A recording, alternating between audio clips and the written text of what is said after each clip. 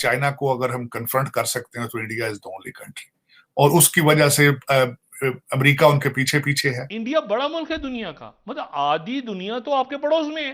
लेकिन ये तो हकीकत है कि भारत की इस वक्त जो पोजीशन है पूरी दुनिया के लिए बहुत अहमियत की हामिल है, और हर मुल्क उस ताल्लुकात बनाना चाह रहा है।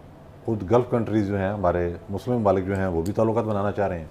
और जब ये सारा सिलसिला सेटल हो जाता है तो फिर हमें अपनी फिक्र करनी चाहिए। जो इंटरनेशनल लेवल पर भी पाकिस्तान तन्हाई का शिकार दिखाई दे रहा है। एक तरफ इंडिया का प्रॉब्लम, उधर अफगानिस्तान के साथ आपकी डिप्लोमेसी कामयाब नहीं हो रही, ईरान के साथ आपके वैसे ही कोई अच्छे तल्लुकात नहीं हैं, बुरे नहीं हैं मगर अच्छे भी नहीं हैं।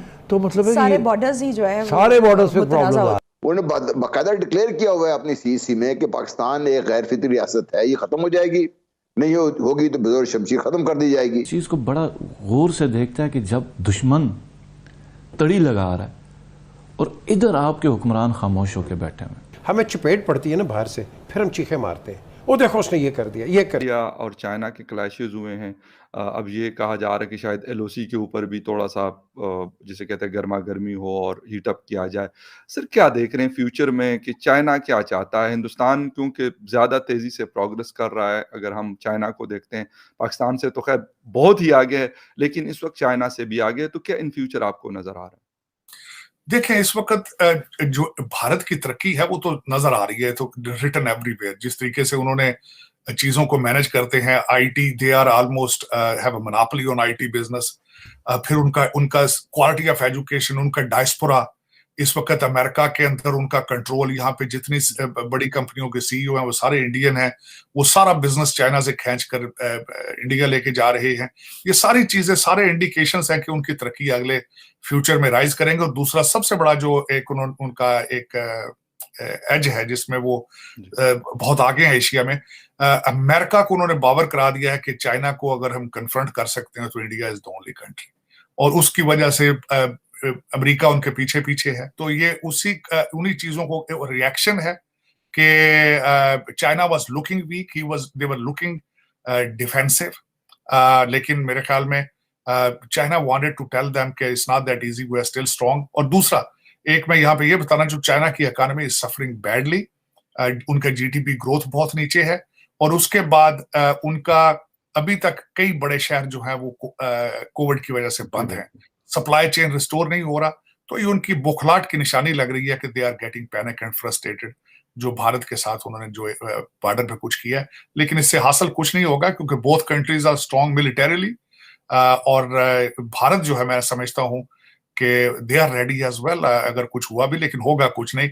इस वक्त झड़प छोटी सी होगी क्योंकि बोथ कंट्रीज समझते हैं अगर they will engage into the bigger conflict of war, their economies will collapse. So मेरे ख्याल में ये सिर्फ एक छोटा सा शो ऑफ ही था, to show off the power.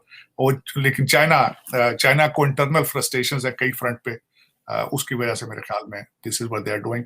पिछले दिनों पे जिस रखा है, इकोनॉमी भी उनकी ठीक नहीं है, सप्लाई चेन भी है, पॉलिटिकल भी उसमें, इन्हीं सारी वजूहात की वजह से पॉलिटिकल इंस्टेबिलिटी भी अंदर उनके है, इज़्तिराब मौजूद है चाइना के अंदर।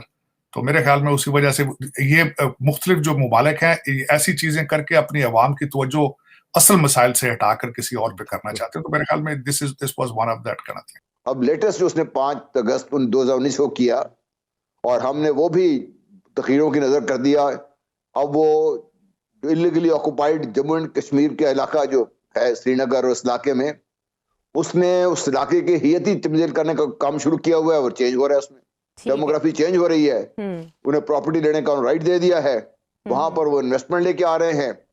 और नेक्स्ट स्टेज पे ये तो राजनाथ सिंह ने जो बात की उससे पहले उनके जो नॉर्दर्न कमांड कमांडर है बड़ा वाजे कह चुके हैं कि हमारी तो जो असेंबली है, उनकी जो लोकसभा है, उसने एक करारदाद पास की हुई है कि जब भी हमें मौका मिलेगा हम गिलगित बल्तिस्तान और उसके बाद आजाद जम्मू कश्मीर हम जो पाकिस्तान के साथ इल्हाक है जिसका, उसको लेके छोड़ेंगे इसको।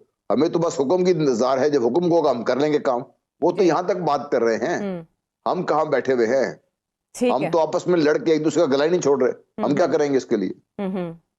अच्छा राना साहब, 1971 के बाद शायद ये पहली बार है कि इस कदर पोलराइजेशन है, हालात इस कदर ख़राब हैं, डिफ़ॉल्ट की बातें हमारे अपने वुज़रा कर रहे हैं, और जो इंटरनेशनल लेवल पर भी पाकिस्तान तन्हाई का शिकार दिखाई दे रहा है, स्पेशली इंडिया को लेकर। जब जब हमने आलमी बरादरी से मुतालबा किया, चाहे वो कश्मीर का इशू हो या कोई